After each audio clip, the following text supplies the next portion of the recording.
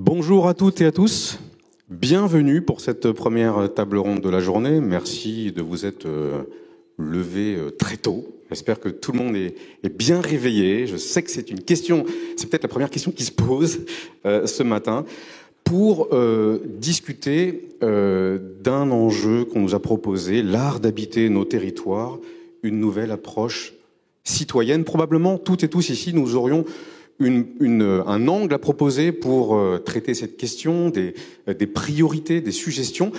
En fin de table ronde, vous aurez l'occasion de donner votre point de vue, de poser des questions. Mais comme il me revient d'animer cette table ronde, c'est moi qui vais, si vous le voulez bien, vous proposer un cadre de discussion. Et pour cela, d'entrée de jeu, est-ce que vous avez eu ce magnifique programme qui est distribué? Eh bien, figurez-vous qu'en page 6, les choses ont été remarquablement faites, puisque vous avez là une présentation du concept ou d'une réalité scientifique de ce qu'on appelle maintenant les limites planétaires qui encadrent les enjeux au moment de se pencher sur l'avenir de nos territoires, quels qu'ils soient. Les limites planétaires, ce cadre scientifique, donc au-delà des questions socio-économiques, géopolitiques aujourd'hui, eh bien, ce sont l'ensemble de ces conditions, de ces équilibres géochimiques qui, comment dirais-je, qui déterminent le caractère habitable de notre territoire ou pas, maintenant et à l'avenir. Et probablement, vous l'avez déjà entendu, une partie de ces limites planétaires sont d'ores et déjà franchies. Et c'est là un sujet premier au moment de considérer le territoire demain. Voilà. Donc cette première réflexion m'amène à trois observations et donc des questions qu'on va ensuite soumettre à nos intervenants que je vais vous présenter dans un instant. D'abord, se pencher sur l'avenir des territoires, donc la ville de demain, comme on dit, cette ville de 2040, 2050, nous disent les scientifiques. En réalité, il faut tout de suite se le dire, cette ville de demain, c'est celle qui est déjà là. C'est celle qui est déjà là pour l'essentiel. Vu le taux de renouvellement urbain de nos villes, c'est bien celle qui est déjà là. Donc il faut s'intéresser à l'existant, essayer de porter un regard probablement différent sur ce qui existe déjà. Première remarque. Deuxième remarque, face à ces, comment dirais-je, à ces bouleversements, considérant que la puissance publique elle-même ne peut pas traiter toutes les questions, normalement, notamment lorsqu'il y a une urgence, un incendie, une inondation, etc. Vous avez vu que la puissance publique peut être vite dépassée. Forcément, cela implique de tisser, pour faire face à ces risques et à ces bouleversements, cela implique de tisser de nouvelles coopérations, de nouvelles solidarités. Deuxième point. Et enfin, cette affaire de territoire. Qu'est-ce que c'est qu'un territoire ? Voilà. Son périmètre, son fonctionnement, il y a probablement 1000 façons de l'envisager, mais du point de vue des enjeux que je viens de rappeler très succinctement, probablement, et nos intervenantes et intervenants nous le diront, il faut peut-être penser différemment ces périmètres fonciers, ces périmètres de compétences, ces gouvernances, cette manière de faire avec les habitants, avec l'ensemble des parties prenantes, vous nous le direz.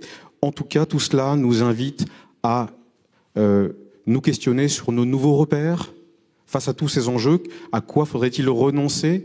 Que faudrait-il absolument conserver dans notre manière de faire? On va en parler. C'est une question en tout cas éminemment démocratique et on a la chance pour cela, pour entamer cette discussion, d'avoir un panel assez exceptionnel, il faut bien le noter. Mais ici à l'UNESCO, ce panel, j'ai envie de dire franco-international, je ne sais pas si c'est tout à fait correct de le dire ainsi, mais est prometteur. Je les présenterai de manière un peu plus profonde tout à l'heure, mais on a quand même un activiste franco-néerlandais en la personne de Stijn van Oosteren. Nous avons une maire, Fanny Lacroix, la maire d'un village de l'Isère. Nous avons Carlos Moreno, un urbaniste franco-colombien. Et puis nous avons Sename Kofi, bienvenue, qui est architecte et anthropologue togolais. Donc vous voyez, avec ces différents points de vue, nous allons, je l'espère, pouvoir croiser nos convictions, croiser nos inspirations. Et avec vous, on va pouvoir débattre tout bonnement de tout cela. Alors, j'ai envie de commencer avec Carlos. Carlos Moreno. Il est coutume de dire on ne le présente pas, mais bon, je suis quand même tenu de le faire, c'est mon job. Donc je disais urbaniste, professeur, conseiller multicasquette. Carlos, vous avez été distingué à de nombreuses reprises, ce serait complètement inutile et vain de vouloir résumer tout cela. Vous êtes considéré comme un observateur averti, mais les plus jeunes d'entre nous peut-être diraient ici que vous êtes un influenceur plus qu'un observateur, ou en tout cas les deux.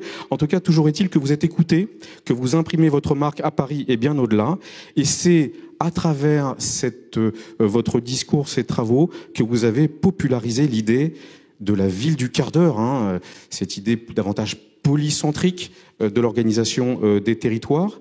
Je vais vous laisser y revenir, mais en tout cas, aujourd'hui, vous avancez cette idée de proxilience. Alors ça m'a beaucoup marqué, la proxilience, l'alliance sémantique entre la proximité et la résilience face à des enjeux qui nous dépassent aujourd'hui. Ma première question, Carlos, c'est on en est où? Est-ce qu'il est trop tard? Est-ce que vous sonnez l'alerte à travers ce terme de proxilience? Tout d'abord, Christophe, merci et bonjour à toutes et à tous. C'est un peu tôt samedi matin, en tout cas moi je ne suis pas du tout du matin, mais j'ai fait un effort pour être vraiment avec vous. Et merci à mes collègues qui partagent ces panels. Par rapport à la question, Christophe, nous sommes aujourd'hui à l'UNESCO, un lieu de multilatéralisme, donc extrêmement important. On est dans une table ronde, tu l'as dit il y a un instant, très internationale. Est-ce que c'est trop tard? Moi, je voudrais dire, sans être trop long, j'ai mis la montre là pour contrôler ma parole, donc je vous assure. Et on est face à une situation qui était déjà inédite. On parle de l'Anthropocène. Aujourd'hui, ça nous concerne nature égale futur en français. Et l'Anthropocène, c'est aujourd'hui, au XXIe siècle, je dirais, les signes majeurs de ce qui nous arrive par rapport aux prochaines décennies. L'Anthropocène, c'est donc que par l'activité humaine, nous sommes en train de non seulement rompre un équilibre, mais pire encore, de détruire un écosystème qui est celui qui nous permet de vivre. Et cet écosystème est détruit non seulement par l'utilisation de nos énergies fossiles qui génèrent des CO2, mais c'est aussi par l'artificialisation des sols, qui est directement liée à la manière comme nous vivons dans nos villes et dans nos territoires, par les développements des infrastructures qui servent pour aller à chaque fois plus vite et plus loin. Je fais un clin d'œil à l'autoroute A69 aujourd'hui, par exemple, pour gagner quelques minutes. Donc, on détruit tout un écosystème d'un lieu vital pour nos activités humaines. Mais on peut enchaîner à ne plus finir parce que également, on a complètement désincarné nos territoires.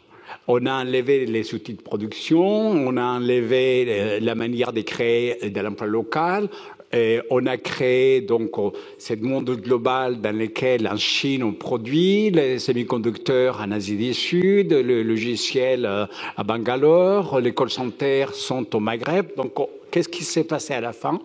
C'est qu'on a la nature, elle perd à chaque fois sa présence indispensable dans nos vies. Les climats continuent à augmenter.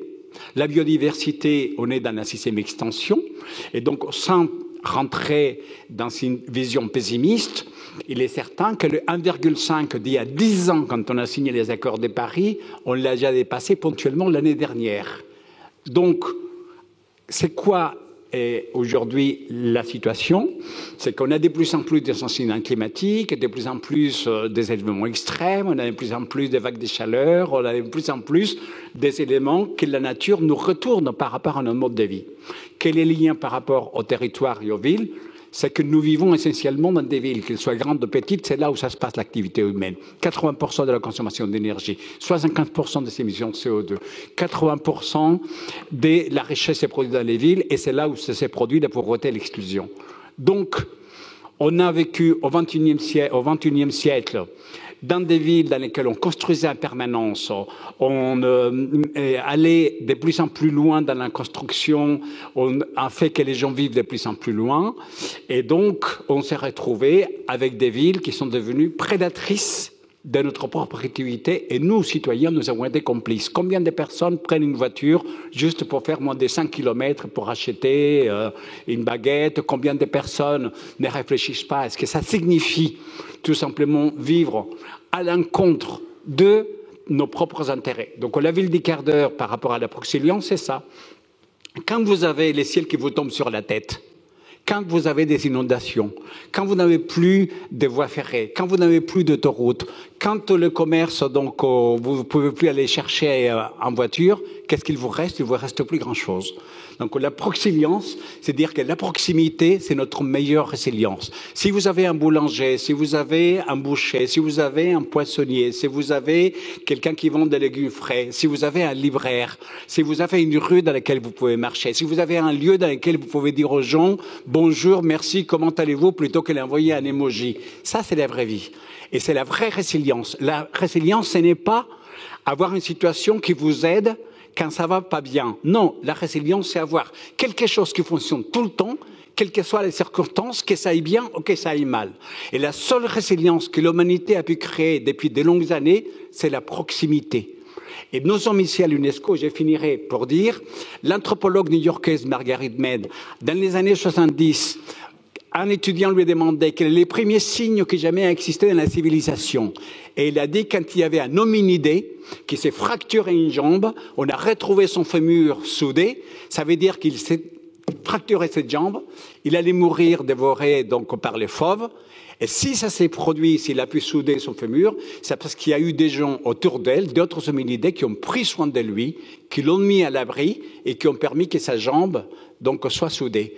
Et c'est cet os-là qui est l'os de Margaret Mead, qui est dans tous les livres de Margaret Mead en disant la proximité par l'aide mutuelle et par le soin est la seule manière de vivre de manière heureuse. C'est pour ça que j'ai dit que la proximité, c'est la meilleure résilience quand c'est une proximité heureuse. Et c'est ça que nous voulons à la ville des territoires quand j'évoque la ville des quarts d'heure, le territoire de la demi-heure, une proximité heureuse polycentrique où tout le temps, où tout lieu, nous prenons soin les uns des autres. Merci Carlos. Sename Kofi, la proximité comme pilier de la résilience.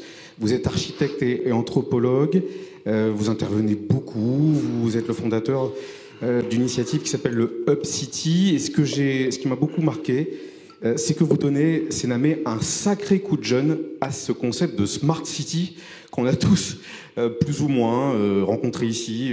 On a lu des choses, on a entendu parler. Vous parlez de cette Smart City vernaculaire qui ne se laisserait pas imposer des concepts forcément venus d'ailleurs, des concepts technologiques venus d'ailleurs, mais vous partez de l'existant, de la compétence, bref, vous soufflez dans les voiles locales et c'est votre manière de penser les réseaux de lieux ressources pour innover, pour avancer.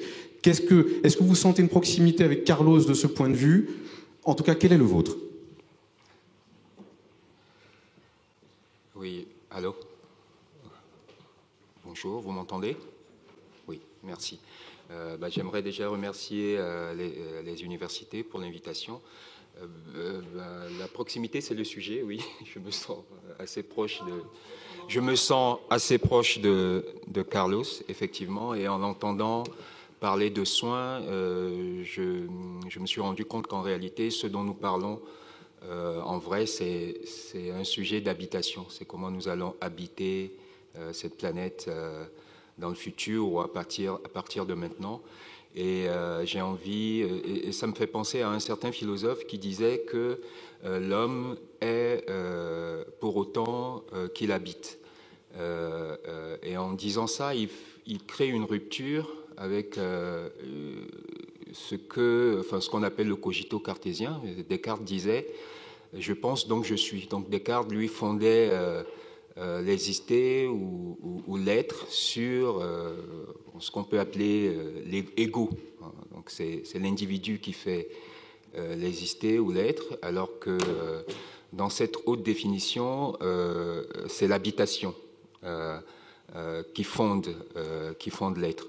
Et le même philosophe, pour aller plus loin, expliciter un peu plus loin son rapport à l'habitation, disait on n'habite pas dès qu'on a bâti. Et donc il ne considérait pas que l'acte de faire bâtiment, donc de mettre le matériau dans tout ce cycle de brutalisation, de développer du cadre de vie artificiel, c'est cela qui faisait l'habitation. Mais il disait que habiter, c'est rester enclos dans ce qui nous est parent.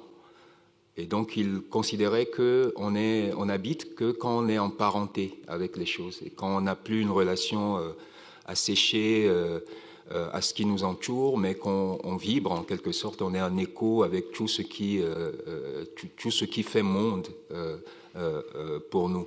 Et le même philosophe disait encore cette chose très intéressante, qui est que l'habitation doit laisser les choses dans leur être. Donc ce qui n'est pas nous doit être aussi. Et donc il était un peu avant-gardiste dans cette conception maintenant qui se développe, je vois beaucoup dans les conférences, qui est cette opposition du ménagement à l'aménagement. Donc il faut ménager les choses. Alors comment fonder cette habitation du ménagement ? Je pense que Carlos a raison, elle s'atteint essentiellement dans la proximité. C'est-à-dire que si vous faites un effort d'échelle et que vous envisagez qu'on peut se désintriquer d'un système de communication générale pour repenser des logiques de proximité où tout est à la mesure, en quelque sorte, vous atteignez une sorte de finesse dans la sensibilité aux choses. Vous atteignez de l'économique forcément parce que ça vous force à plus de modestie. Vous avez aussi une attention aussi au cadre de vie plus subtil que si vous étiez dans une relation un peu plus distanciée. Et donc oui, la proximité vous amène à faire ce qu'on appelle en anthropologie du génie du lieu, ou en tout cas à toucher du doigt le génie du lieu. Et ce génie du lieu ou cette vernacularité est, me semble-t-il, une des pistes à observer dans les sujets dont nous discutons. Et en tout cas, c'est ce que la crise du Covid a montré en Afrique, c'est que quand les grandes autoroutes, les grands circuits d'approvisionnement internationaux se sont retrouvés complètement à l'arrêt, on a vu que les villes africaines résistaient mieux que les villes occidentales parce qu'elles avaient ménagé cette vernacularité. On avait encore le souvenir de façon de faire très organique. Et cette trame vernaculaire qui s'est retrouvée un peu dégagée parce que toute la ville internationale a fait un peu silence, a montré donc une grande possibilité de résilience. Mais pour en venir à la question des nouvelles technologies sur laquelle vous me lancez, c'est que le Covid a aussi, paradoxalement, été le grand moment de désinhibition du solutionnisme technologique.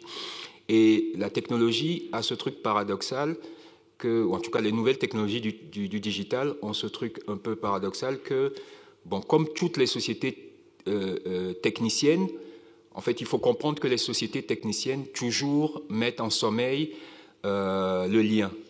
Et tous les dispositifs vernaculaires ou organiques de compensation, de dons et de contre-dons sont souvent pris en charge dans les sociétés très techniciennes par de la logique pure, des outils, et avec cet effort-là aussi, évidemment, une sorte de bascule dans la marchandisation de tout. Donc le technique, en réalité, fonctionne comme quelque chose qui appauvrit l'anthropologie profonde pour, comment dire, transférer des choses qui étaient prises en charge anciennement par de la sagesse et de la subtilité dans des structures sociales profondes, donc purement par de la technique. Et donc le grand enjeu quand vous faites de la proximité aujourd'hui sur la base de ce que nous permet de dégager la crise du Covid, par exemple, comme leçon de l'intérêt d'être dans la proximité, c'est de voir comment vous mettez là-dessus une couche technicienne qui ne soit pas une couche qui appauvrisse complètement ce potentiel. Et pour l'instant, les technologies du digital telles qu'elles sont amenées à travers les concepts classiques de Smart City sont pour majoritairement l'appauvrissement, quand je pense que ce n'est pas leur réel potentiel. Bien. Applaudissements. Merci, Senamé. Merci pour ce premier tour de piste. Fanny Lacroix, vous êtes donc maire de Châtel-en-Trièves, un village de 500 habitants dans l'Isère, mais vous êtes aussi vice-présidente de l'Association des maires ruraux de France, en charge précisément de la transition écologique. Et alors Fanny, ce génie du lieu, cette approche sensible dont vient de nous parler Senamé, vous en êtes une praticienne, une experte. Est-ce que vous pouvez nous présenter un peu cette expérience assez extraordinaire qu'il faut aller regarder quand même dans votre commune? Bonjour, merci beaucoup de l'invitation. Effectivement, tout ce que j'entends là depuis le début de la conférence, ça me parle beaucoup. Ça fait beaucoup écho à ce qu'on vit aujourd'hui à Châtel-en-Trièves, qui est un petit village de 500 habitants dans le sud du département de l'Isère. En fait, si vous voulez, il faut que je vous raconte un petit peu l'histoire de ce village, sans quoi on aura peut-être du mal à comprendre ce qui s'est passé. Donc Châtel-en-Trièves a vraiment vécu la désertification. Avant d'être Châtel-en-Trièves, c'était Saint-Sébastien et Cordéac, deux villages de 200 habitants, 250 habitants, et qui ont vu perdre tous les lieux de rencontre, justement, les uns après les autres, donc les petits commerces, l'école, jusqu'à n'avoir plus qu'une mairie, avec une secrétaire de mairie qui tient l'accueil du public, et puis c'est tout. Avec, en milieu rural, souvent très peu de considération pour les espaces publics, très peu d'aménagement, en fait. Et si vous voulez, on a vécu vraiment une étincelle municipaliste ou un réveil de la citoyenneté, moi c'est comme ça que je l'appelle, quand Cordéac a failli perdre son école. Saint-Sébastien avait perdu son école il y a 40 ans, Cordéac en 2016 apprend par l'éducation nationale la fermeture de sa classe unique, et là du coup il y a un espèce de réveil comme ça en se disant mais qu'allons-nous devenir une fois que nous n'avons plus d'école, plus de commerce, avec des gens qui viennent et qui vivent le village, mais chacun après repart. Et si vous voulez, il y a eu ce réveil-là. Sachant que juste avant, il y avait eu aussi, malheureusement, sur Saint-Sébastien, la secrétaire de mairie qui avait mis fin à ses jours face à beaucoup de complexité sur ces tâches. D'ailleurs, je tiens à saluer les secrétaires de mairie qui font un travail remarquable en milieu rural et qui tiennent le service public en proximité. Voilà. Merci à elles. C'est beaucoup de femmes. Et donc, les élus se sont rencontrés, on dit c'est pas possible, il faut faire quelque chose. Donc, on va unir nos forces pour essayer de conserver cette commune, pour avoir une commune vivante. Et donc, ils se sont mis à travailler ensemble. Il y a eu la création de la commune nouvelle, la redéfinition de la carte scolaire qui a pu permettre de conserver cette école aujourd'hui, qui a une vingtaine d'enfants dans sa classe unique, et on en est très heureux. Et puis, de vraiment créer un projet politique. On a assisté à une réémergence du politique à un moment où tout allait s'effondrer. Et c'est là où les élus se sont vraiment positionnés sur leur rôle parce qu'ils passaient leur temps à suppléer les compétences techniques à la mairie et se sont dit non, c'est pas ça, nous on va construire vraiment une vision d'avenir pour le territoire. Et comme on n'est pas beaucoup, comme on n'a pas beaucoup de moyens, il faut qu'on le fasse tous ensemble. Et là, c'est là où il y a eu cette étincelle citoyenne. C'est-à-dire que les habitants se sont mis à construire ensemble leur village rêvé, et ils sont sortis de chez eux.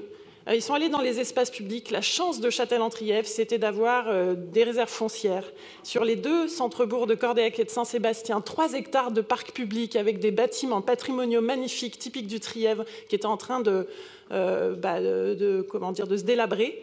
Et les citoyens se sont mis à la manœuvre avec les élus pour construire leur village rêvé, c'est-à-dire leur ville relationnelle. J'aime bien reprendre les termes de Sonia Lavanino parce qu'elle est venue chez nous, elle nous a expliqué son ouvrage, ce passage de cette ville fonctionnelle qui ne gère que des flux, enfin une ville relationnelle qui sait faire que l'on prenne le temps de se rencontrer, de structurer les espaces et d'avoir un autre rapport au lieu. Cette ville relationnelle qui est celle du lien à soi déjà, mais du lien aux autres et aussi du lien au vivant. Et donc c'est ça que les habitants de Châtel-en-Trièves se sont mis à construire. Et donc ils ont rêvé ensemble une nouvelle maison commune dans les anciens bâtiments d'une colonie de vacances désaffectée, un café-épicerie associatif qui ferait le lien entre tous les producteurs du territoire, des jardins partagés alors qu'on a tous un jardin chez nous, mais l'idée c'était de pouvoir partager ensemble une pratique commune et pouvoir offrir à la population un lieu pour se retrouver autour de la beauté du jardin. La notion de la beauté était aussi quelque chose qui émergeait de cette démarche. De pouvoir aussi construire un espace pour les enfants autour de cette école qui a été sauvée, un village pour et par les enfants, à hauteur d'eux, vu par eux. Donc les enfants aussi ont construit des aménagements, ils ont choisi le mobilier urbain. Aujourd'hui, ils sont en train de construire des cabanes en osier vivant, avec des tunnels entre les cabanes. Enfin, voilà, j'essaye de vous donner un petit peu appréhension de ce que ça peut être, ces espaces publics à Châtel-en-Trièves. Et donc on a depuis relancer cette dynamique du village. Ça fait 10 ans qu'on essaye d'expérimenter dans les actes ce droit au village. Aujourd'hui, c'est un droit pour chaque citoyen de Châtel-en-Trièves d'avoir un droit à la reconnaissance et à l'expression dans l'espace public concrètement. Et donc, ça a totalement changé la physionomie du village aujourd'hui. Concrètement, je vous ai dit tout ce qu'on a pu voir revivre, et aussi beaucoup de lieux de festivités, c'est-à-dire ces parcs publics en plein centre-bourg qu'on a sanctuarisés, non constructibles dans les documents d'urbanisme. Aujourd'hui, accueillent nombre de festivals culturels, de festivités, d'associations, de villages, de cinéma en plein air, etc. Moi, je voulais peut-être vous partager aujourd'hui sur ces 10 années d'expérience de Châtel-en-Trièves, peut-être des petits éléments de solutions qui pourraient être partagés. Déjà, c'est de construire des lieux. Je crois que sans les lieux, ça n'est pas possible. Il y a un moment où il faut avoir dans la vision de l'urbain ces espaces de respiration qui laissent le droit à la contribution à chacun.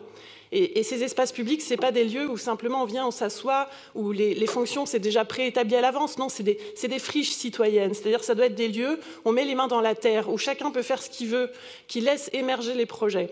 Voilà, donc faire émerger ces lieux-là me semble absolument essentiel. Le deuxième élément, c'est aussi de mettre en place une organisation qui est en capacité de construire ce qu'on a envie de faire ensemble, ici et maintenant. Donc à Châtel-en-Trièves, il y a une association qui s'appelle aujourd'hui Châtel Village, qui rassemble dans un collège, dans une collégiale, les représentants des associations, parce qu'il y en a une vingtaine d'associations sur ce village de 500 habitants. Tout le monde est dans une assoce, quoi. Quasiment, oui. Oui, quasiment oui. Les associations, les acteurs économiques aussi, la municipalité et les citoyens. Et donc c'est ensemble qu'on décide comment est-ce qu'on fait village. Donc c'est tout le temps en construction, ça change. Les usages aussi évoluent. Et ça, cet esprit aussi du lâcher-prise est au cœur de la réflexion civique et citoyenne de Châtel-en-Trièves. Le troisième élément aussi, c'est les conditions d'animation. C'est-à-dire qu'on a pris la décision de recruter quelqu'un qui est une jardinière sociale, où en fait son métier, c'est simplement... pas simplement, c'est quand même assez compliqué, mais de pouvoir créer les conditions de rencontre, la cartographie de toutes les potentialités sur le village et de pouvoir faire des connexions pour faire émerger des projets. Donc Lucie, elle est aujourd'hui salariée de la commune 2 jours par semaine et c'est elle qui va polliniser et qui va s'occuper de ce grand jardin social qu'est Châtel-en-Trièves pour faire émerger tout type de projets. Donc voilà un petit peu les éléments que je souhaitais essayer de faire remonter et qui pourraient peut-être servir, nous donner un peu des solutions pour essayer d'avoir une autre conception de la politique locale, parce que c'est vrai que moi je trouve aujourd'hui que ça vient même remettre en question à quoi servent, quel est le rôle de la commune et du maire, des élus locaux, du conseil municipal. Et j'étais aussi très interpellée par des interrogations sur la technique. Je trouve que beaucoup d'élus font que de la technique et de la gestion. Et en fait se détournent totalement de leur fonction politique qui serait pour moi celle de créer les conditions de reconnaissance et de structuration d'une vision d'avenir dans une très grande proximité. Voilà. Bravo. Bravo. Merci Fanny Lacroix pour cette première intervention extrêmement riche en propositions. On a de quoi débattre. Mais je vais de suite me tourner vers Stein. Alors Stein, on va peut-être se tutoyer parce qu'on se connaît, on va pas faire semblant. Hein. Mais en même temps, Stein, on est un peu chez toi aussi, parce qu'il faut le dire, tu travailles ici, c'est une de tes activités, une de tes casquettes. Tu es un diplomate et tu représentes les Pays-Bas ici à l'UNESCO. Mais quand Stan est arrivé tout à l'heure, il s'est présenté devant Madame la maire en disant « Je suis, Madame la maire, un activiste et je suis vraiment heureux. » Voilà. Ils ont bu un café, ça s'est bien passé, rassurez-vous. Hein, voilà. Moi, la preuve, c'est qu'ils sont... vous pouvez les applaudir. En tout cas, moi, j'ai pris du plaisir à prendre le café avec eux parce que c'était déjà très, très riche. Et je sens qu'on tisse déjà là des synergies pour après, pour le café d'après. Voilà. Mais en tout cas, revenons aux choses sérieuses. Stein, Fanny a dit des choses très importantes là. Elle appelle à un nouveau projet politique. Au sens de gestion de la cité. Hein, on a bien compris. Fait, oui, bien sûr. On a bien compris, au sens de gestion de la cité, à une nouvelle citoyenneté, etc. Bon. Et elle appelle à faire ensemble les choses. Je rappelle, Stein, que tu es non seulement philosophe, psychologue, mais aussi auteur et conférencier sur les questions de mobilité. D'ailleurs, voici ici ton bouquin, qui est en vente juste à côté et que tu vas dédicacer tout à l'heure, en plus. Donc, vous aurez l'occasion de discuter et de débattre après avec Stein. Une question tout de même, c'est pas si simple de faire ensemble. C'est pas si simple. On a parlé là de la nécessité d'avoir des temps, des lieux. Il faut inventer tout cela. Et surtout, quand on s'est eu au téléphone, tu m'as dit quelque chose qui m'a vraiment frappé. Tu as dit... il ne suffit pas seulement de parler de choses fonctionnelles, genre les pistes cyclables pour développer l'usage du vélo. Pas seulement. Non. Il faut parler de liens et d'amour. Et c'est ainsi qu'on pourrait tisser ces relations sensibles, ces relations, comment dire, oui, c'est ce relationnel, ce nouveau relationnel au sein de nos territoires. Est-ce que tu peux mieux nous en parler ? Avec grand plaisir. Merci beaucoup pour cette invitation. Bonjour à toutes et à tous. Je suis très heureux d'être là avec vous ici en tant qu'activiste, parce que je suis là à titre personnel pour changer le monde, comme nous sommes tous à notre niveau en train de le faire. Il y a un énorme écho. Il y a peut-être un autre micro qui est ouvert. Je vais peut-être m'éloigner. L'amour, c'est une philosophie de vie. Hein. Je pense que tout ce que nous faisons, c'est soit pour demander de l'amour, soit pour donner de l'amour. Voilà, ça c'est ma philosophie de base. Je pense qu'on a tous besoin d'exister, d'être aimé, de fabriquer quelque chose qui a du sens. Et je crois qu'ici, ce samedi matin, le 15 mars 2025, nous sommes là parce que nous sommes la masse critique. C'est ça. Pour changer le monde, il faut une masse critique, il faut une certaine énergie. Moi, j'étais là hier aussi. Je vais rester ce soir le plus tard possible. Je vais juste rater la dernière conférence. Pourquoi ? Parce qu'ici, je viens chercher des idées, mais surtout de l'énergie. On sent une énorme énergie. Rien qu'en discutant avec vous trois, je sens une énergie énorme et qui me permet de sentir que c'est possible de changer complètement son territoire. Donc ça, c'est juste en préambule pour dire que c'est très important d'être là et pour de s'imbiber en fait de cette énergie. C'est absolument possible. Alors, un lien... par rapport à ces liens entre les gens, j'aime beaucoup le discours, je suis presque un VRP de Carlos, de son travail, je vends partout aussi cette idée de la vie de proximité, parce qu'effectivement, ce qui change le monde, ce n'est pas un individu. Je suis très souvent contacté par des personnes qui me disent « Stein, j'ai une idée sur le vélo, je veux développer une application sur le vélo, un groupe sur le vélo ». Ma réponse à ça, c'est « Est-ce que vous êtes dans une association vélo ?» Qui ici, dans cette salle, est dans une association? Ah, ben voilà, c'est pas un hasard. Non, toutes associations confondues. Voilà, ça veut dire qu'ici, dans cette salle, il y a une centaine de personnes. Ouais, c'est très, très beau. C'est très, très beau, effectivement. Ça veut dire qu'ici, dans cette salle, il n'y a pas 100 personnes, mais il y a 10 000 personnes. Parce que je suis certain que certains d'entre vous font partie, non pas d'une association, mais qui fait partie d'une fédération. C'est mon cas, moi je représente une fédération qui a 8 000 personnes, ça fait presque la France. Et c'est comme ça qu'on peut vraiment changer la donne. Alors, mon sujet, c'est le vélo, c'est le sujet par lequel, en fait, j'ai mis le pied dans la fabrique de la ville, parce que je suis plutôt attaché diplomatique à l'UNESCO. Et le vélo, en fait, pour moi, ce n'est pas une passion particulière, mais c'est un prétexte qui m'a permis de comprendre comment fonctionne la société.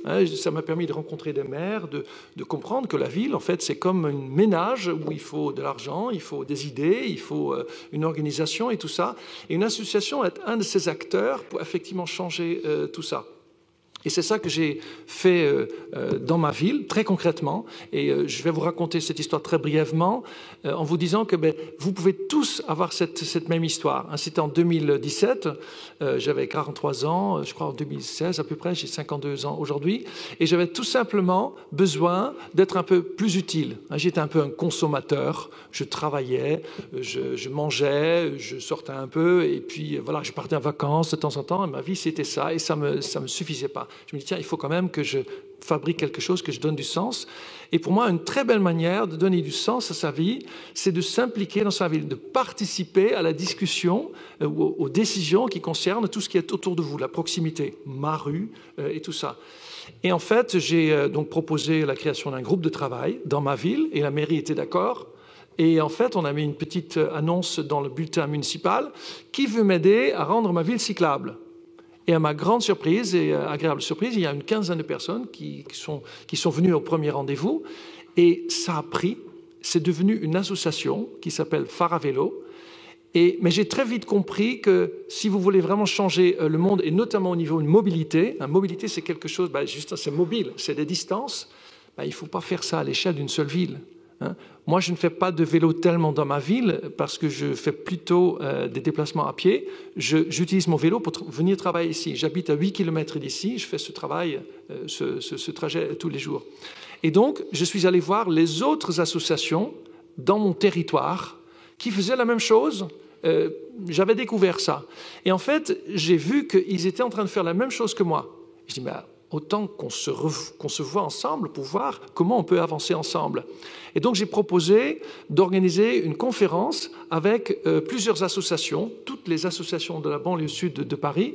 Et il y avait des camarades qui me disaient, mais Stein, écoute, on n'a pas le temps, c'est déjà très difficile d'organiser sa propre association au niveau de sa ville, on a tous une vie professionnelle, etc. Je dis, écoute, on va essayer et on va choisir une date à laquelle tout le monde est disponible. Et c'est quoi la date ? Exactement, le 1er mai. Parce que le 1er mai, personne ne travaille, même les éboueurs. Tout le monde est libre. Et donc, le 1er mai, on a organisé une conférence et on a invité 18 associations qui représentaient 2000 adhérents dans une salle à Fontenay-Rose, dans un café qui porte le joli nom, le Colibri. Et il s'est passé quelque chose de magique. Parce que tu as dit tout à l'heure, c'est très compliqué de faire ensemble. Ce qu'il faut faire, c'est qu'il faut donner rendez-vous avec des gens qui partagent la même fibre. Et ici, nous sommes dans la salle avec des gens, avec des personnes qui partagent la même fibre. Nous avons tous la même fibre. Voilà, j'ai parlé avec Fanny tout à l'heure, et on sent tout de suite qu'on vient de la même planète. Et c'est avec ça qu'on peut construire. Et donc, on s'est retrouvés ensemble, et on a senti, c'était comme une scission atomique. C'était très, très fort.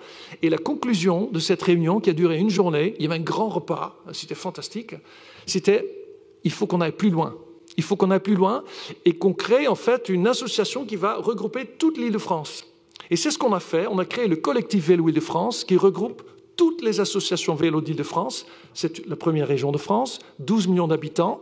Et on s'est retrouvés dans une salle, comme ici, avec une trentaine de personnes. Et on s'est dit, qu'est-ce qu'on va faire ? Est-ce qu'on va prendre un pot ou est-ce qu'on va changer le territoire ? On a pris la deuxième option et on a pris des post-it. Voilà, vous connaissez l'exercice, vous êtes dans les associations. Et on a commencé à coller des post-it. Et à un endroit, il y avait tout un tas de post-it qui étaient grands comme ça. Et devinez ce qui était sur ce post-it ? C'était « il faut un réseau cyclable ». Voilà, on a découvert l'œuf de Colombe, il faut un réseau cyclable. Parce qu'en fait, à l'époque, et c'est ce qu'on venait de découvrir en étant ensemble, en fait, le réseau cyclable qui existait en Île-de-France, c'était des confettis. Mais on ne s'en était pas rendu compte parce que chacun travaillait dans son coin, dans son association, dans sa ville. Et c'était en se rencontrant dans cette salle, ensemble, qu'on s'était dit, il faut un réseau cyclable. Donc, qu'est-ce qu'on a fait ? On s'est dit, écoute, on va pas entendre les politiques pour attendre qu'ils nous créent ce réseau cyclable. On va le dessiner nous-mêmes. Et c'est ce qu'on a fait. Et c'est devenu un réseau à l'époque de 650 km qu'on a même chiffré, parce qu'on est des professionnels, des urbanistes parmi nous, à 500 millions d'euros, avec 9 lignes cyclables qu'on a baptisées le RERV. Le RER vélo. Et vous riez, pourquoi? Parce que vous connaissez, vous savez ce que c'est que le RER. Parce que le problème du vélo, c'est que les gens, en général, pensent que c'est pour la balade ou pour la balade du dimanche matin. Alors que moi, j'ai grandi dans un pays où tout le monde se déplace à vélo. Et donc, on lui a donné ce nom-là et on lui a même donné cette forme-là. On a dessiné donc ces 9 pistes cyclables et on l'a fait exactement sur le modèle des 9 lignes du RER. Donc, avec les mêmes couleurs, avec les mêmes lettres, ligne A, B, C, D. Pourquoi? Pour montrer aux gens que là, ce qu'on a dessiné, ce n'est pas pour la balade du dimanche après-midi, mais c'est un réseau de transport à part entière qui va vous permettre d'effectuer la moitié de vos déplacements. Voilà, 75% des déplacements sont inférieurs à 7 km en France. C'est énorme. Et donc, ça peut se faire à vélo. Et donc, on a fait ça. Et je termine, parce qu'une fois qu'on a une idée, c'est une chose. Et un budget, il faut que les politiques soient d'accord pour donner cet argent. Et bien là, il y a un choc qui est arrivé, qui s'appelle la pandémie, le coronavirus. Et donc, les politiques ont dû trouver une solution de transport avec, autour de chaque personne, une bulle de distanciation naturelle. Ah ben, c'est le vélo. Le vélo, c'est quelque chose qui vous distancie à 1,50 m, c'est naturel, ce qui n'est pas le cas dans la voiture, ce qui n'est pas le cas quand vous êtes plusieurs, ce qui n'est pas le cas dans les transports en commun. La voiture n'était pas une solution parce que ça prend trop de place par personne. Déjà en temps normal, il y a 300 km de bouchons tous les jours. Imaginez si tout le monde se mettait dans une voiture. Et donc Valérie Pécresse, la patronne de la région, toujours a dit « Banco ». J'ai besoin de votre projet. Je vous donne 300 millions d'euros pour un projet qui a été imaginé par des citoyens comme vous et moi. Et c'est comme ça. Et aujourd'hui, on est en train de le mettre en œuvre très sérieusement. On pilote ça et on va donc changer notre territoire comme ça. Excellent. Merci Stein. Merci pour ces premières inspirations. Carlos, après un premier constat, il est l'heure de parler un peu d'espoir quand même. J'ai noté ce que disait, Sénamé nous invitait à considérer le ménagement plutôt que l'aménagement. Le ménagement. Et qu'est-ce que c'est que ce ménagement sinon recoudre avec le vivant. L'eau, bien sûr, mais le vivant, comme matrice de la pensée urbaine, comme matrice de tout geste architectural ou urbain. Qu'est-ce que ça vous évoque, ce bouleversement, ce changement de paradigme? Merci, absolument. Et il faut être optimiste même dans les périodes les plus sombres. Et Antonio Gramsci, donc le penseur et philosophe italien, juste dans les périodes qui a précédé la Deuxième Guerre mondiale, disait dans un moment sombre, il faut garder le pessimisme de la raison quand les choses ne vont pas, mais il faut les allier avec l'optimisme de la volonté. Je pense que c'est à l'ordre du jour la pensée d'Antonio Gramsci, puisque nous vivons effectivement, d'un point de vue de la raison, un moment d'un grand pessimisme. Le multilatéralisme disparaît, Trump sort de l'UNESCO, de l'OMS, de l'accord du climat de Paris, les scientifiques sont licenciés par milliers aux États-Unis. Cette vague, on la voit déferler un peu partout, y compris en Europe, y compris en France. Ça, c'est le pessimisme de la raison. Mais tu as raison, et Christophe, il faut avoir l'optimisme de la volonté. En fait, c'est pas toi, c'est Antonio Gramsci, mais tu nous invites à aller dans ce sens-là. Il est où l'optimisme de la volonté? Moi, je vais joindre le discours qui a été tenu à ma gauche par Fanny, Estène et Sénamé. L'optimisme de la volonté n'a qu'une seule ressource, chers amis qui se sont levés tôt pour venir ici, c'est vous, c'est nous. Je vous rappelle ces fameux haïkus qui a été donc le petit poème japonais qui a été popularisé par Obama quand il disait si ce n'est pas ici, c'est où? Si c'est pas maintenant, c'est quand? Si c'est pas vous, si c'est pas lui, si c'est pas elle, si c'est pas moi, alors qui? C'est ça aujourd'hui l'optimisme de la volonté. Une mobilisation massive et permanente de chacune et de chacun. Tu as évoqué ce qu'a fait le colibri et nous connaissons tous le mouvement de colibri. Mais moi, je l'ai dit à mes amis, il est temps de ne plus être le colibri avec ses ailes qui fait le mouvement stationnaire. Il faut être des ailes qui volent très haut. Parce que nous sommes face à un monde extrêmement difficile, extrêmement dur, où on nous enlève les choses les plus essentielles. On nous enlève l'air, on nous enlève la terre, on nous enlève l'énergie vitale, on nous enlève la nature, on nous enlève ce qui fait la respiration de l'être humain. Et on nous enlève la sociabilité. On nous oblige à travailler à chaque fois plus loin, et donc on n'est même pas voir les enfants, on n'est pas voir sa famille. On a étudié les statistiques en France et ailleurs, le taux de divorce et le taux de monoparentalité avec les femmes qui se trouvent chefs de famille. Qui est aujourd'hui en France les secteurs qui est le plus demandeur, qui a eu une croissance de plus 9% en 2024 de logement social. C'est les femmes, mères de famille, monoparentales, mères de 3 enfants. Et il y en a combien de HLM disponibles qui ont été livrés de nouveau en France l'année dernière? Il y a eu 75 000. Il y en a combien qui sont livrés globalement dans la circulation de HLM? 450 000. Il y en a combien de demandes? Il y a plus de 2 millions. Voilà ce qui se passe quand on se laisse entraîner dans une politique dans laquelle même pas le logement est accessible aux gens pour satisfaire les besoins essentiels. Et surtout qu'ici, on n'a pas employé les verbes se loger, on a employé les verbes habiter. Et c'est ça l'optimisme de la volonté. C'est de se dire qu'on en a marre juste d'être mal logé, qu'on en a marre d'avoir de longues distances, qu'on en a marre de perdre notre vie pour la gagner, qu'on en a marre de ne pas voir nos enfants pour les élever parce qu'on en a que les soirs. Se loger, ce n'est pas habiter, chers amis. Habiter, c'est avoir un lieu pour se loger, mais ça ne suffit pas d'avoir un toit et 4 murs. Habiter, c'est avoir des espaces publics de qualité, c'est avoir de l'air, c'est avoir de la végétalisation. Mais c'est également avoir du commerce de proximité, des circuits courts.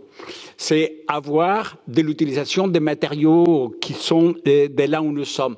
C'est avoir des formations, des métiers qui ont disparu parce que on s'est laissé aller pour aller acheter par Amazon et par le commerce électronique. Mais c'est également l'éducation, c'est également la culture. C'est également le plaisir d'être ensemble, c'est le plaisir de boire un coup, c'est le plaisir de se serrer les mains. Edgar Morin, qui a 104 ans, qui est le père de la complexité, qui signifie tisser ensemble, disait, plutôt qu'envoyer un emoji, serrez la main à quelqu'un, embrassez-le. Parce que serrer la main de quelqu'un ou l'embrasser, ça signifie, quand on lui dit bonjour, simplement tu existes. Et les emojis, ils ne disent pas qu'on existe. Et donc, c'est ça l'appel de la volonté. C'est qu'on soit capable, chacun dans sa diversité, chacun avec son passé, avec ses histoires, travailler dans ces tissages ensemble. On a besoin de tisser dans notre diversité. Et ce qui nous arrive aujourd'hui est terrible. Aux États-Unis, diversity, equity, inclusion est devenu un gros mot. DEI, ça n'existe plus. Et on voit partout dans le monde les entreprises qui enlèvent la charte DEI. Nous ne pouvons plus accepter ça. Et pour finir, c'est lequel mon espoir? Mon espoir, c'est la jeunesse. Ma génération est plus proche de la sortie que de l'entrée. Et on va laisser un monde vraiment à niette. Mais la jeunesse est aujourd'hui le lieu dans lequel on peut peut-être encore bâtir un autre monde si nous nous sentons en faisant partie d'une collectivité. Si nous sommes capables de retrouver la démocratie. Mais la démocratie, ce n'est pas uniquement l'acte de voter. La démocratie, c'est aller aux réunions d'Estène. La démocratie, c'est ce que Fanny Lacroix a expliqué avec son village de 450 habitants. C'est ce que Senamé a dit en disant il faut aménager la vie. Et donc la volonté aujourd'hui, on n'en a pas d'autre choix, c'est se mobiliser tous les jours, non pas comme des colibris, mais pour voler très haut comme des aigles, pour faire face à l'obscurantisme qui est en train de prendre nos vies, pour l'ensevelir dans une nuit noire, quand en fait la partie la plus lumineuse de l'homme est la générosité, l'altruisme et le partage de soi avec les autres. C'est ça la volonté de marcher à l'unisson dans une voie qui nous permet de retrouver l'humanisme, les progrès et les lumières qui aujourd'hui sont menacées par cette nuit noire.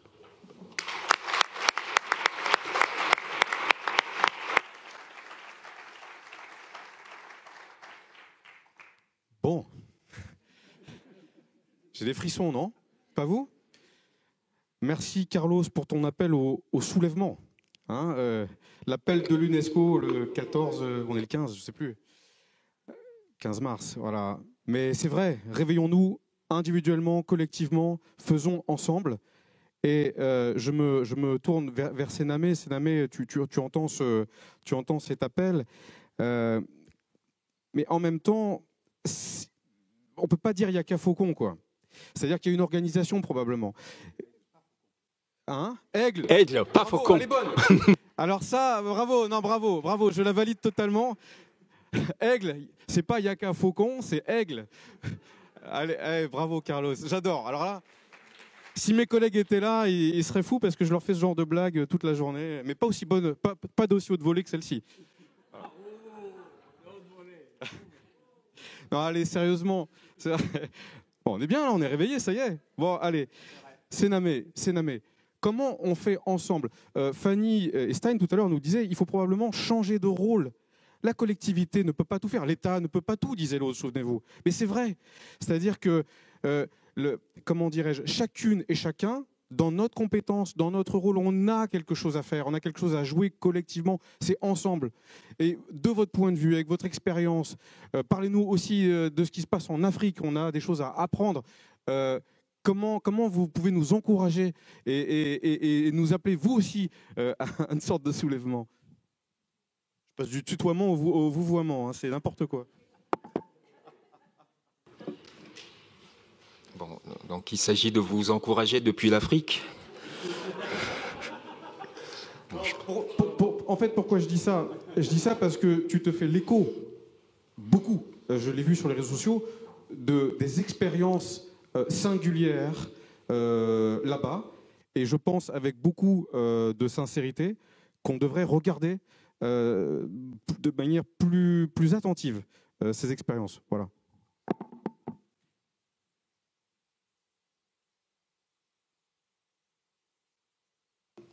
Je ne sais pas trop par quel bout prendre la chose.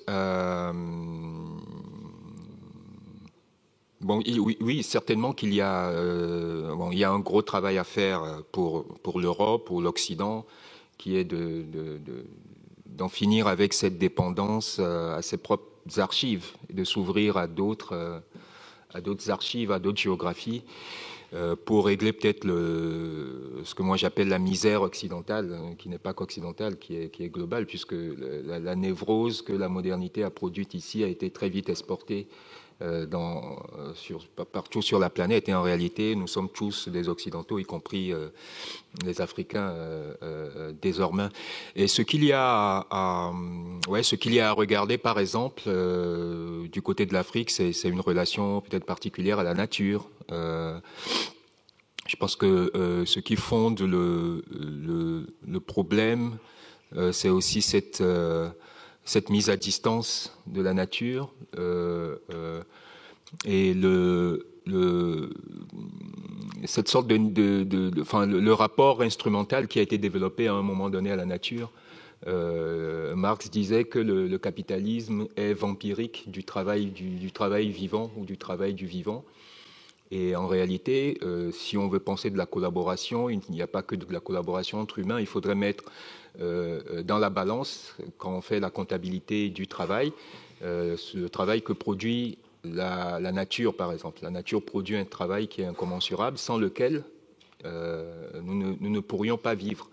Et donc, il faudrait se demander comment on rémunère la nature. Donc, il y a plein d'expérimentations, il y a plein de pistes. Il y a des gens qui... Il y a des sujets très avancés en Amérique latine, par exemple, pour faire des éléments naturels, des sujets de droit, etc., etc. Donc, il y a plein de choses à voir pour refonder un peu ou réensemencer ce truc un peu aride en Occident qui pourrait passer par un détour, par d'autres visions du monde, d'autres relations au monde, qui passent par des systèmes symboliques un peu plus complexes et qui, encore une fois, ne sont pas que techniciens. Le problème de la ville, le problème des maires, et vous l'avez dit, c'est aussi parce qu'on est encore très... Enfin, tout cela est très tributaire d'une vision du monde qui a un paradigme du profit, en réalité. Et cette vision du monde est capacitaire, c'est-à-dire que les choses ne valent que pour ce qu'elles apportent dans une logique de comptabilité ou dans un grand système de production. Et cette logique capacitaire discrimine forcément. Ça va être les Noirs, parce qu'on va les trouver peut-être moins intelligents que les Blancs. Ça va être les femmes, à un moment donné. Ça va être les handicapés. Et donc, si on reste enferré dans cette logique, on reste dans une comptabilité qui est grise ou dans laquelle certaines valeurs sont grises. On ne pourra pas mobiliser, par exemple, l'amour, parce que ce n'est pas comptable dans la danse, les cosmogonies, les mythes, etc., qui sont pourtant une ressource formidable dans d'autres sociétés et qui permettent d'ailleurs de réintroduire du non-humain ou du vivant dans sa globalité, dans la façon de penser les relations. Donc il y a, peut-être que je noie un peu le poisson, mais je pense que cette affaire de collaboration passe par une sorte d'effort de divorcer du paradigme actuel, du paradigme du profit. Vandana Shiva dit un homme qui coupe un arbre, on en voit la valeur, mais une femme qui plante une graine, c'est difficile de mesurer la valeur aujourd'hui dans la comptabilité officielle occidentale devenue mondiale. Mais il faut bien qu'il y ait une graine plantée pour qu'il y ait de la production d'énergie à un moment donné en coupant un arbre. Je ne sais pas si ça répond. C'est une réponse d'Africain. C'est très beau.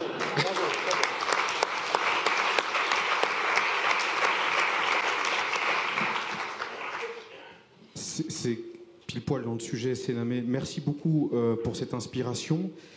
Et Fanny, en écoutant Sénamé, on fait un pas de côté, immanquablement. Ce n'est donc pas qu'une question, c'est donc pas une question technique, technologique. Sénamé nous appelle à refonder un certain nombre de nos repères, enfin de nos imaginaires, de nos pratiques, de nos habitudes, et même de changer radicalement notre rapport à l'action. Plutôt que le plus, il faut s'intéresser donc aux sensibles et regarder la nature. En fait, nous faisons partie de la nature. En réalité, nous sommes dans la nature. C'est pas d'un côté l'humain, puis de l'autre côté la nature. C'est déjà un problème sémantique. Mais donc, nous faisons partie de cette nature. Alors, à l'échelle, comment dirais-je, à la place de l'élu, à la place d'une mère qui gère aussi les affaires courantes, les questions d'éducation, d'animation, etc., etc. Comment tout cela peut concrètement comment cela peut se traduire? Et puis surtout, on a entendu que dans ton village, évidemment, il y avait des choses absolument extraordinaires, mais est-ce qu'on peut, au bout d'un moment, essaimer et espérer aller beaucoup plus loin à l'échelle du département, de la région, et que sais-je encore, voilà. Alors, 3 éléments qui me viennent en tête pour essayer de répondre à cette vaste question. Effectivement, on a abordé très rapidement la question des rôles. Elle me semble absolument essentielle sur les rôles de chacun et notamment celui du politique. En fait, nous, on s'est tellement retrouvés dans une situation difficile à Châtel-en-Trièves qu'on a vécu cette réémergence du politique au sens le plus noble, c'est-à-dire comment est-ce que j'arrive à construire avec les gens qui sont dans ma proximité une vision d'avenir désirable pour vivre les uns avec les autres. Et en fait, donc nous, c'est l'exercice qu'on a mené et qu'on essaye aujourd'hui de réaliser dans les actes. Et je me suis rendu compte par là même qu'il y avait très peu d'élus qui se posaient ce genre de questions et que finalement très peu d'élus faisaient de la politique et beaucoup d'entre eux, la majeure partie, étaient en fait assez contraints dans une temporalité des ordres du jour préétablis par une technostructure. Moi, c'est comme ça que je le ressens aujourd'hui. Peut-être que j'ai pas J'ai encore un rapport d'étonnement à la fonction, parce que je suis élue que depuis 2020, et je pense que ça aussi, c'est quelque chose d'important sur l'encadrement des mandats dans la durée, de permettre vraiment un renouvellement des figures électives, et de conserver ce rapport d'étonnement à la chose publique pour qu'elle reste accessible et qu'elle parle avec les vrais mots. Moi, j'ai été étonnée aussi de voir qu'il y avait plein de mots que je ne comprenais pas, des discours extrêmement techniques, mais je pense que c'est un révélateur très puissant d'une forme d'étouffement du politique par une technostructure. Moi, c'est comme ça que je le vis en tout cas.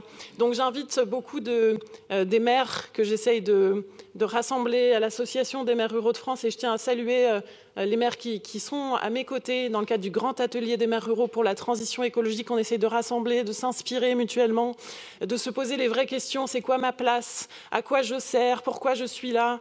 Qu'est-ce qui caractérise mon mandat? Et parce qu'en fait, l'enjeu est de récupérer la liberté politique. C'est-à-dire qu'une fois vous avez ce mandat qui est exceptionnel, extraordinaire, de suivre votre propre agenda, ce qui vous tient à cœur, ce qui vous motive. Et ça, c'est vraiment quelque chose de très important et de très difficile à mettre en œuvre parce que vous êtes dans un carcan très limitatif. Donc il faut avoir du courage et de la force pour affirmer ça. Donc ça, c'est le premier élément que je voulais apporter à votre connaissance. L'autre élément qui me semble important de souligner, c'est cette voix du vivant. Moi, ça me touche beaucoup parce que souvent, quand j'arrive quelque part, on dit « Ah oui, vous êtes maire de Châtel-en-Trièves, 500 habitants », comme si c'était pas grand-chose finalement. Et moi, je dis 5000 hectares. 5000 hectares avec des alpages, un très haut massif qui est le pic de l'Aubiou, Natura 2000, réservoir de biodiversité, rivière. Je parle de tout ça, de la magnifique forêt qu'on a encore sur Châtel-en-Trièves. Et je trouve que tout ça n'est absolument pas pris en compte dans le référentiel politique. Et moi, ça me frappe. Donc, avec l'Association des maires ruraux de France, grâce à des partenariats qu'on essaye de tisser, notamment avec l'OFB, que je tiens à souligner dans le cadre du Grand Atelier, on essaye de parler alors, de ce mot des aménités rurales. Je ne sais pas s'il est bien ce mot-là. En tout cas, c'est celui-là qu'on essaye de structurer, c'est-à-dire les services rendus à tous par ces territoires qui constituent 80% de ce qu'est notre territoire français et qui est si peu pris en compte, et comment est-ce qu'on donne une voix à ce vivant. Alors nous, c'est ce qu'on essaye de revendiquer. Peut-être que les maires, quand on est élu, certes, on peut représenter aussi des espaces et porter cette voix des espaces. Donc il y a tout un travail qui est absolument nécessaire à engager pour qu'on prenne enfin en compte la notion d'espace dans notre matrice politique française.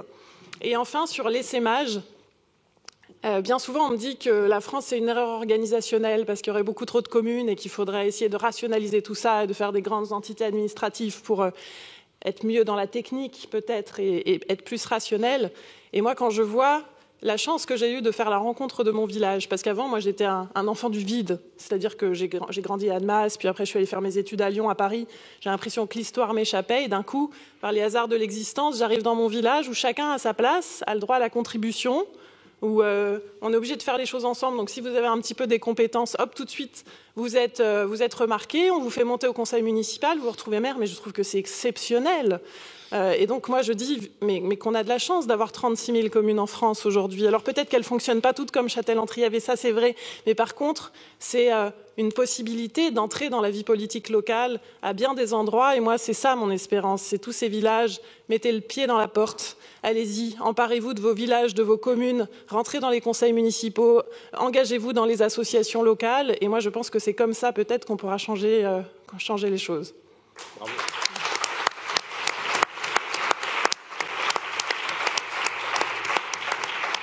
Mettez le pied dans la porte, Stein, je pense que tu sais déjà faire. Vraiment, je vous incite à regarder ce livre que je vais m'empresser d'acheter, de te faire signer en sortant. En quatrième de couve, il y a cette idée, parce que donc, je disais que tu es néerlandais au départ, et on dit des Pays-Bas que c'est le pays du vélo, et nous, Français, on se dit « Oh là, c'est incroyable, ils savent faire du vélo, au moins, voilà, des gens civilisés. » Et on a beaucoup à apprendre, Mais il est dit tout de suite que dans les années 70, les Pays-Bas, c'était le pays de la bagnole. Et la bagnole, on l'aime, n'est-ce pas? Je l'adore. Bref, donc, dans le pays du Tour de France, ici, on peut s'adapter aussi, on peut changer les choses. Donc, il faut mettre le pied dans la porte, il faut un nouveau type d'échange avec les maires, avec les élus. Enfin, du point de vue de l'activiste associatif, comment tu vois ce challenge? Oui, j'aime beaucoup ça.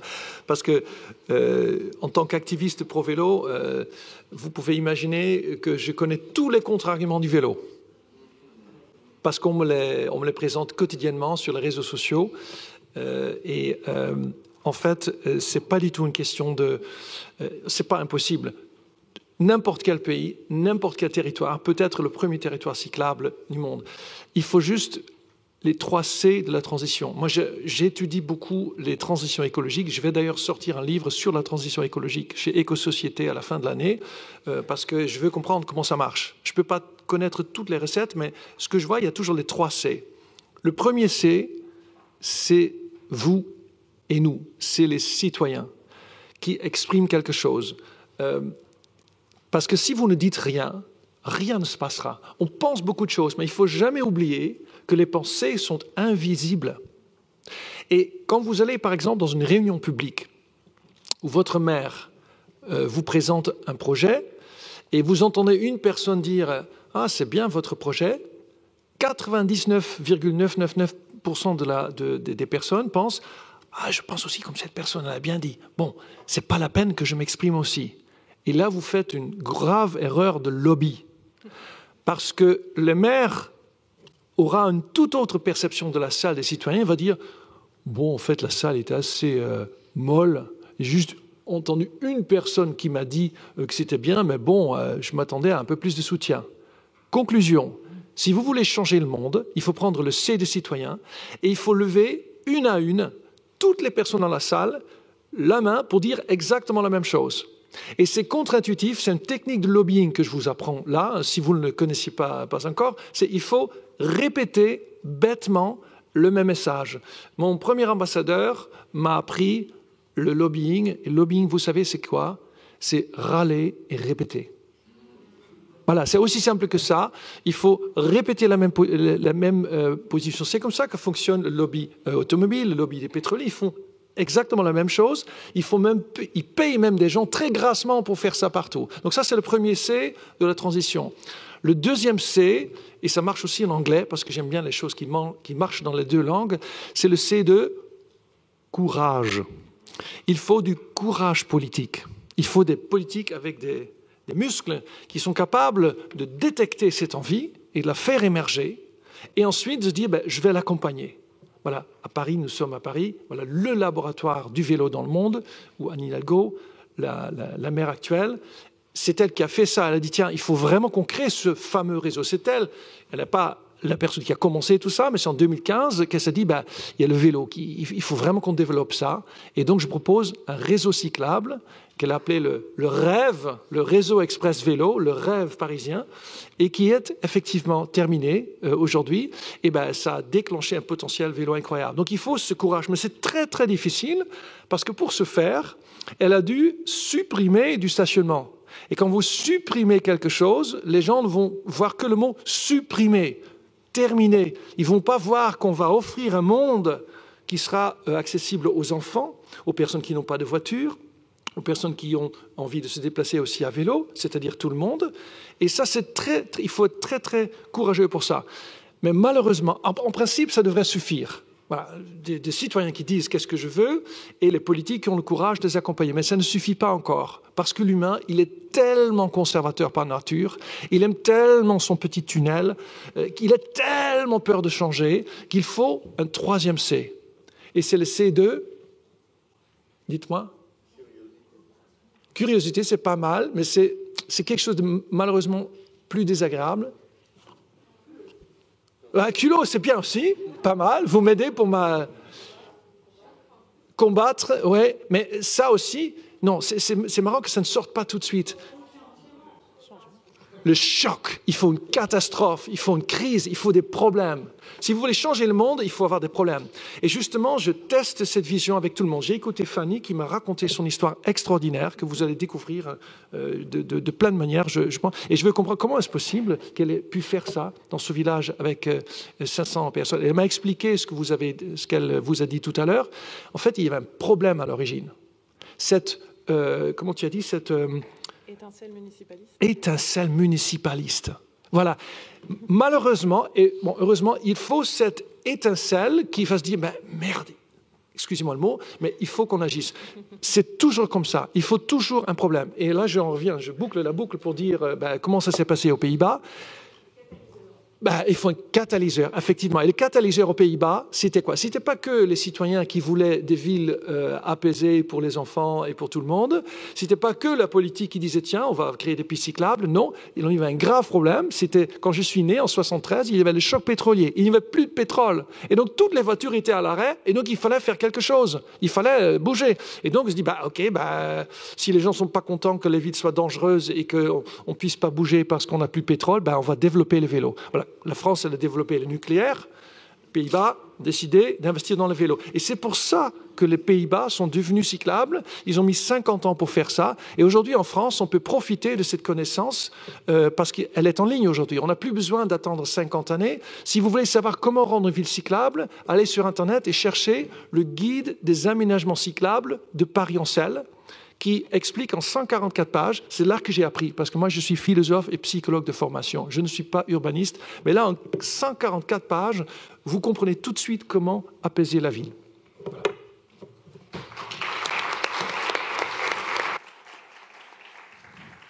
Bravo, c'est incroyable, on est pile poil dans les temps, on a le temps donc de passer à des questions dans la salle. Ce que je vous propose, on a la chance d'avoir quand même 4 experts vraiment de très haut vol. Deuxième blague. Donc je vous demande vraiment d'être très concis. Monsieur, donc vous appuyez sur le bouton, vous posez votre question, de sorte qu'on puisse avoir le temps des réponses. Allez-y. Vous avez appuyé sur le bouton rouge. Paf, voilà. En fait, c'est aussi une remarque, c'est que le projet d'Anne Hidalgo, par exemple, c'est une co-construction citoyenne avec le collectif Paris sans voiture, qui a notamment fait la journée sans voiture, qui l'a amené avec un dossier de 80 pages qu'on avait fait avec la ville de Bruxelles. Donc c'est marrant que vous citiez cet exemple, et en fait c'est une coproduction citoyenne. Moi je le dis en passant, parce que la ville de Paris n'en a pas fait beaucoup, et Paris-Ancel, c'était une des assos avec laquelle on a travaillé. Et aussi une autre remarque, il existe ce collectif de transition citoyenne avec 34 organisations nationales, donc qui illustre votre premier essai citoyen. Et on va lancer probablement l'année prochaine un appel à projet avec l'Europe sur les lieux de la convergence qui illustre beaucoup tout ce qui a été dit, c'est-à-dire des appels à projets avec de l'argent pour des collectifs citoyens au niveau local et qui permettent à différentes organisations locales de se regrouper et avancer dans le sens de ce que vous faites à Châtel-en-Trièves et l'idée de Carlos Moreno. Je donne ça, c'est des informations, c'est pour illustrer que le changement est déjà en cours. Voilà. Donc j'ai pas de questions, c'était juste pour vous inspirer les prochaines. Merci. Allez, monsieur, on va prendre 3 questions en même temps. Monsieur derrière, ensuite on aura madame tout en jaune là-bas, et puis monsieur devant. Voilà. Tac. C'est parti. Allez. Merci de me donner la parole. Moi, c'est pour revenir sur le 3e C, crise et choc. Vous en avez fait référence à 2 reprises, donc le Covid. 2020, confinement, on a vu que ça générait du stress, de l'anxiété sur le côté exigu de l'habitat, et on a vu derrière des mouvements de population, une forme de mini-exode urbaine en faveur des petites et des moyennes villes. Donc l'art d'habiter nos territoires, je me questionne savoir si est-ce que ces mouvements, ces déplacements sont encore aussi actifs aujourd'hui. Et si c'est le cas, peut-être tant mieux, parce que c'est une autre façon de penser donc le territoire avec tout ce dont on a parlé. Et à l'inverse, est-ce que c'est un phénomène qui a tendance à s'éteindre? Et dans ces cas-là, ça semble bien compliqué, quoi. Parfait. Madame derrière. Moi, j'avais une question pour Fanny Lacroix, parce qu'on dit souvent que les maires des petits villages ont beaucoup de quotidiens à gérer.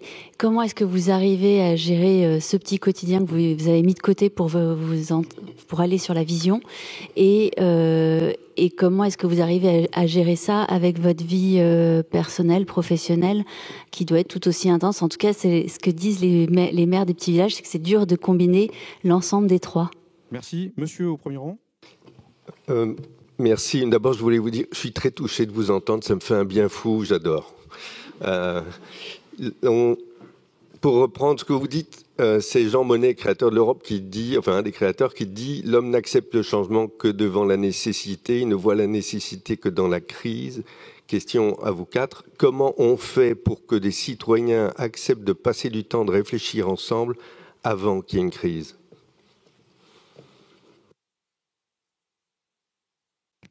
Ok, merci beaucoup pour ces 3 questions. On va peut-être démarrer, Fanny, si tu veux bien, par toi, sur le rôle du maire au quotidien. Ça marche. Oui, merci pour la question. Alors effectivement, le maire rural a un quotidien très chargé, même s'il ne gère qu'une faible densité de population, parce que, si vous voulez, il n'a pas vraiment beaucoup de services à ses côtés. C'est-à-dire souvent, on a une secrétaire générale de mairie, un agent technique polyvalent et des élus municipaux qui s'activent pour mener tout ça, dans un contexte où il y a beaucoup de choses à faire, parce que justement, il y a eu une désertification, donc beaucoup d'énergie. Donc oui, s'occuper d'une commune rurale, on pourrait croire que ça prend pas beaucoup de temps, mais en fait, c'est tout l'inverse. Donc nous, c'est pour ça qu'on a travaillé à Châtel-en-Trièves vraiment sur la création de cette petite commune nouvelle, qui n'est pas une grosse commune nouvelle, mais on a pu rassembler les services administratifs, créer une petite organisation du personnel, et on travaille aussi avec beaucoup d'autres personnes qui nous inspirent, donc des communes qui ont un peu cette même vision que nous, des personnalités qui sont aussi engagées sur les sujets de la transition écologique, de la participation citoyenne. Donc j'ai fédéré autour de ma commune tout un écosystème d'acteurs qui vient m'aider très gentiment aussi parce que ça l'intéresse qu'on met en place, donc j'ai des appuis. Ça, c'est vraiment très, très important. Et aussi, j'ai un conseil municipal hyper engagé. Sinon, j'aurais jamais pu prendre la municipalité chez moi. J'aurais refusé. Donc, c'est-à-dire que tout le monde a une délégation. On est 15 élus et les 15 élus ont une délégation. On est totalement en fonctionnement horizontal.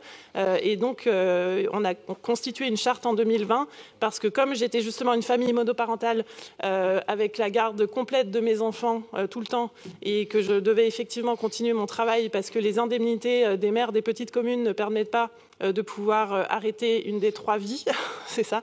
Donc on avait passé un pacte tous ensemble pour que l'ensemble des élus soient très très mobilisés dans la vie de la municipalité. D'ailleurs, c'est mon adjoint qui garde mes enfants quand je vais à la réunion de la communauté de communes. Tout ça a été formalisé dans la charte. Extraordinaire, bravo. Voilà. On pourrait en parler longtemps. Mais il nous reste moins d'1 quart d'heure pour 2 questions quand même extrêmes. Enfin, la 3e question, je la garde pour la fin. Je vois vraiment l'intervention de vous 4.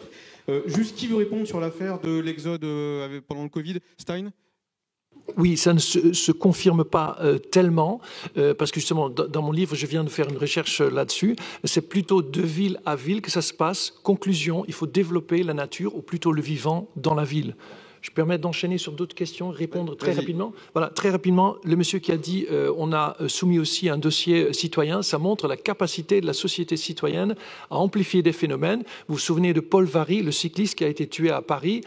On a créé un mouvement citoyen, c'est pour ça que tout le monde est au courant. C'est moi qui ai mis ce flyer sur vos sièges en vous demandant de diffuser cette pétition pour demander la protection des usagers vulnérables. C'est donc une initiative citoyenne. C'est comme ça que vous pouvez créer de l'amplification. Vous disiez, ça me fait un bien fou, à moi aussi. Et donc, il faut se voir pour faire vivre cette énergie. Et la 4e chose, c'est comment se retrouver. En fait, vous posez la question au bon moment, parce que nous sommes dans la dernière ligne droite, la longue ligne droite avant les élections municipales, en mars 2025. C'est aujourd'hui que les citoyens engagés comme nous, qui sont en train de préparer 2026, sont en train de préparer leur campagne. Donc, participez-y et créez des apéros vous-même pour faire émerger des idées et pourquoi pas vous présenter aux élections municipales.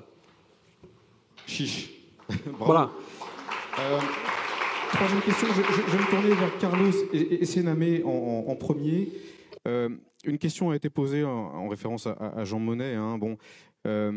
Comment dirais-je, comment mobiliser, c'était la question, comment mobiliser les habitants, les citoyens, et comment les conduire à accepter de donner de leur temps, de dialoguer. Je suis en train de trahir votre question. Mais je voulais ajouter, hier, c'était Baptiste Morisot, parlait de hypnocratie, le livre à lire absolument, parce qu'on est tous sur l'hypnose du digital. Je rejoins sur le fait qu'il faut revenir à des liens. Et les citoyens aujourd'hui sont endormis, sont des consommateurs de ce qui existe. Voilà. Ils ne sont pas actifs volontairement, sauf quand il y a un choc. Merci pour cette précision. Le passage à l'action des citoyens, leur investissement, mais c'est lié à ce que vient de dire Fanny et Stein aussi. Peut-être Sénamé sur ce point. Si la question c'est comment penser sans attendre les crises ou entre les crises, c'est une question que je me suis posée récemment parce que j'ai été beaucoup ou en tout cas au moins à 2 reprises, grâce à mes amis Felwine Sarr et Rajul Mohamedou, confrontés à des utopies. Donc c'est des gens qui pensent des systèmes qu'ils considèrent beaucoup plus vertueux et qui sont relativement différés par rapport à notre réalité d'aujourd'hui. Et je me disais que c'était tout simplement injuste qu'il n'y ait pas de la mobilisation autour de ces idées-là. Et la réponse que j'ai trouvée, c'est que je pense qu'on devrait enseigner les utopies à l'école.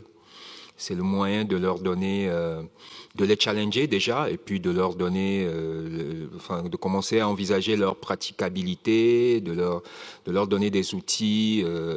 Et donc voilà, moi je pense qu'on devrait, alors je ne sais pas à quel moment dans le cursus, mais que les utopies, et les utopies très actuelles, hein, pas celles d'hier uniquement, les utopies qui sont produites actuellement par des écrivains, des penseurs, etc., devraient être enseignées instantanément à l'école. Merci. Carlos.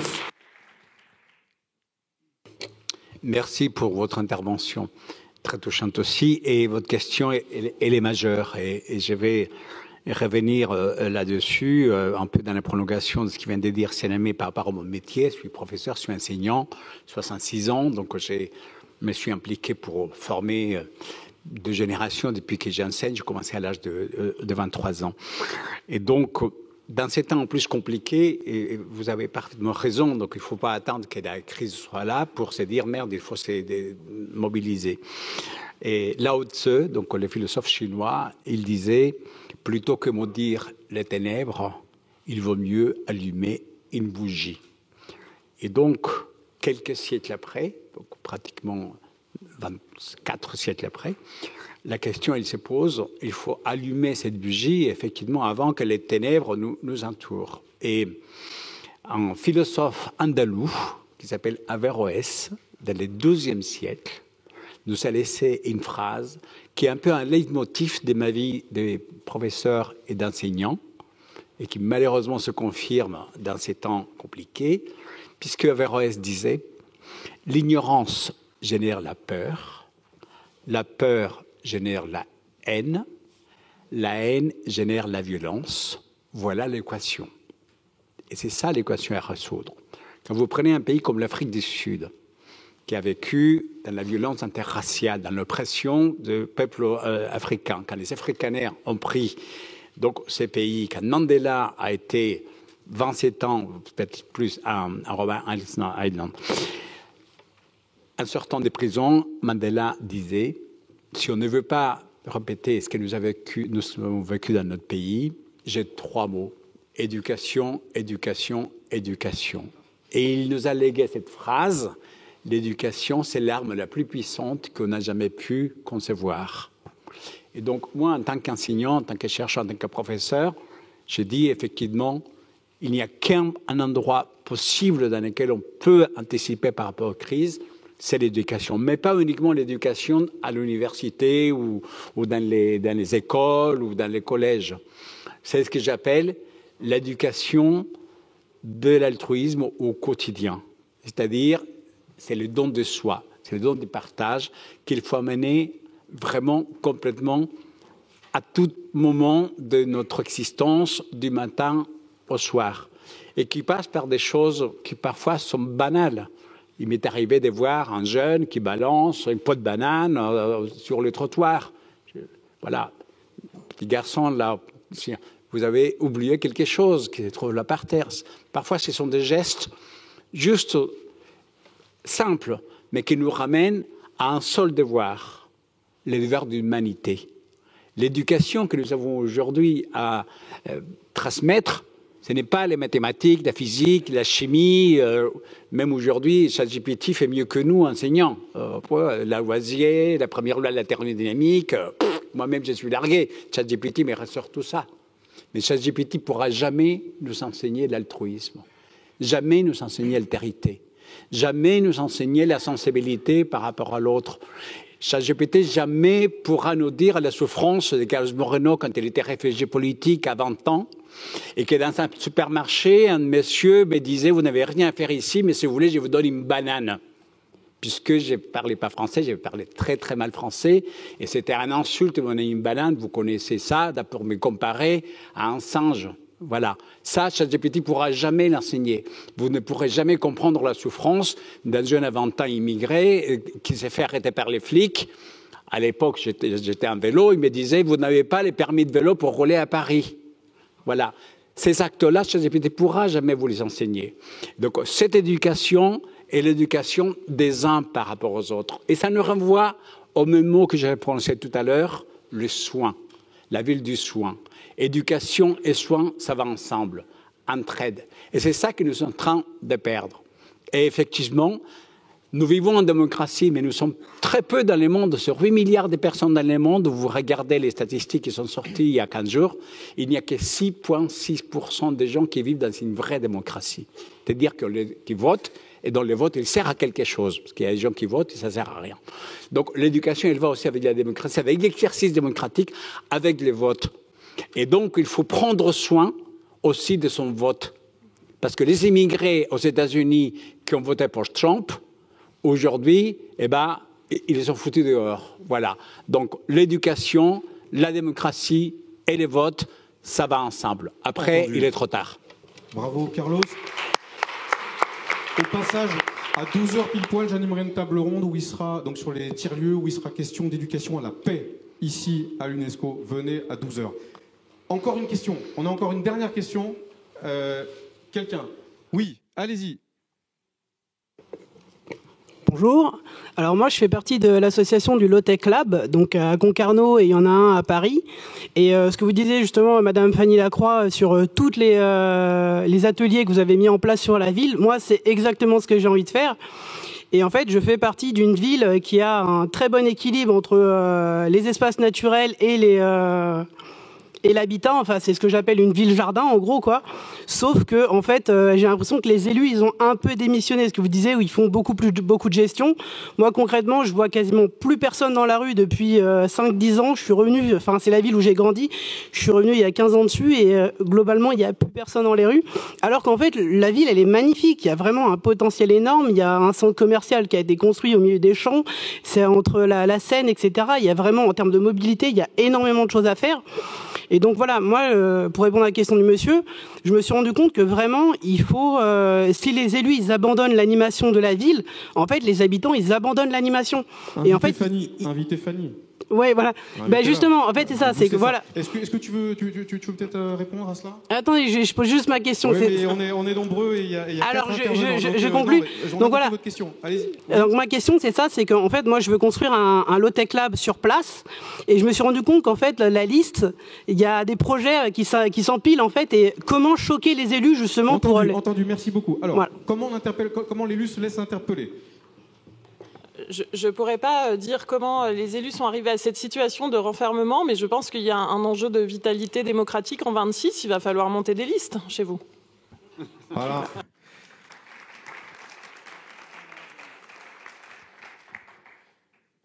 Merci infiniment à tous les quatre. Bravo. Merci à vous toutes et à vous tous.